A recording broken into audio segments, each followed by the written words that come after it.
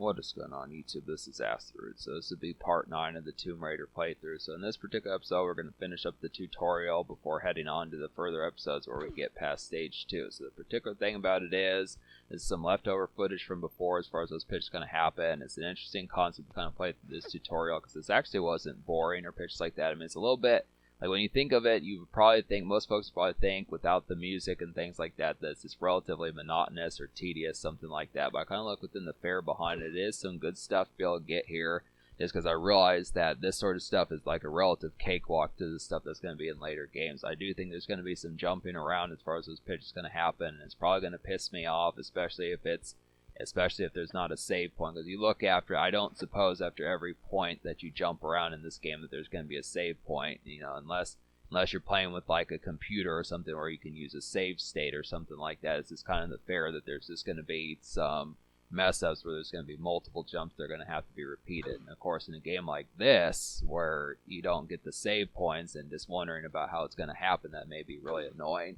So just like I said, the kind of concept about it is this game may not get beaten just within the pitch behind it as far as those pitches going to happen there. I just look after it mainly just because of the difficulty. I just really question like the concept of, I realize like even some of the bears in this game are really like a more feral kind of pain in the ass than what you'd probably like them to particularly kind of be. But I just question what the further enemies, the wolves and bats aren't too bad, but just questioning is the concept of what's going to happen later in the game. Because, this is basically like a blind playthrough just within the pitch behind it. Not really positive about, even like the stage that I wasn't able to get past back in 2022. I'm just not that familiar with past like the point, or at least past the point that I had gotten to. That just kind of happens to be the pitch behind it. But we're just kind of taking our time here. So that, this thing, I realize that this is kind of a frustrating episode. That's kind of the pitch behind it, just within the fare. That's the whole allure of this game, is just the frustration that kind of goes along with this game. There's actually, I've said this before, but there's a lot of PS1 games that kind of have that tedium factor about them that are just kind of like they piss you off, but you still keep playing. I definitely think that concept probably needs to be presented back in like the field as far as talking about things from like, I just question if like PS3, PS4 games kind of have that relative pitch, some of that type there is just within the tone behind it, just within the atmosphere. Like that, no but I just would have to say this is a good game here. This within the tone, but it's a frustrating game, but it is a good game. It's just within the pitch. Those are difficult like anglements to kind of have about that when you have that particular pitch as far as saying. Like, I know I probably shouldn't be talking when Laura's talking as far as those pitches can happen, but I think the concept is just this more, like, really, this tutorial is not that tough. It's just kind of the tone behind it. I don't, like, when you get to a tutorial part, it's just kind of within the concept, if you really need to hear this, if you're going to own the game, you could hear it anyway, so it's just within the pitch, so I just feel, but, it's the frustration factor about it, so, it's just some good concepts here, just being able to say, I almost feel like there should be like books or something about like the Tomb Raider series. I just feel like maybe this sort of stuff indicating about Lara Croft's backdrop was kind of in like the instruction booklet or something like that. But I just kind of, you kind of get hewn into this and you realize that she's like a, someone that's like an archaeologist or something that's rich.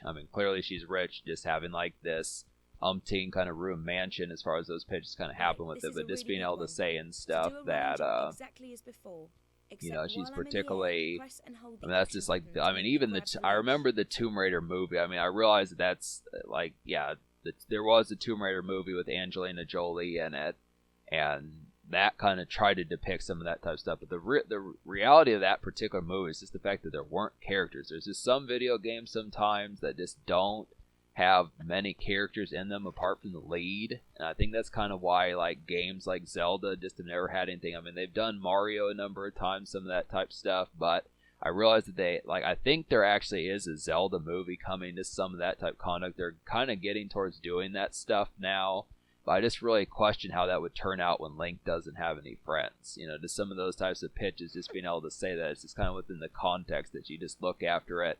I like that particular saga and series, the Zelda stuff, especially ones like Link to the Past and some of those type of ones. But you just have to say, at the same time, there's no one really that's like a consistent ally to kind of have. There's no help that Link ever gets or something like that. It's just within tone. It really just centers upon just the good guy, the bad guy, and the damsel. That just kind of happens to be the pitch behind it. That's really about all you need.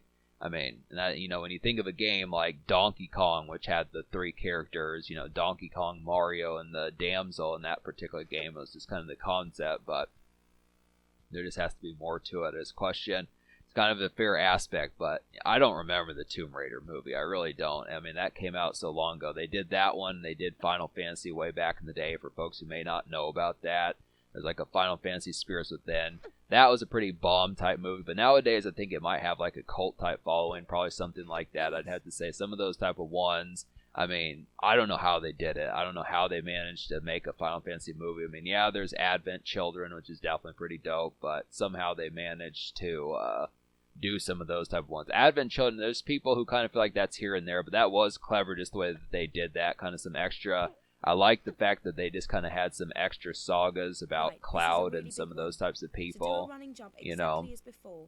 just really being able to say and stuff that they had like more fielded kind of sagas with them. That's what I want in a lot of games, is just the concept of just saying that the world that was created kind of just getting like a part 2 towards it, not necessarily like a new game and world, and even if it's the same character, just not tying back to like previous entries. This kind of the concept that sometimes you just want to further update something within that particular.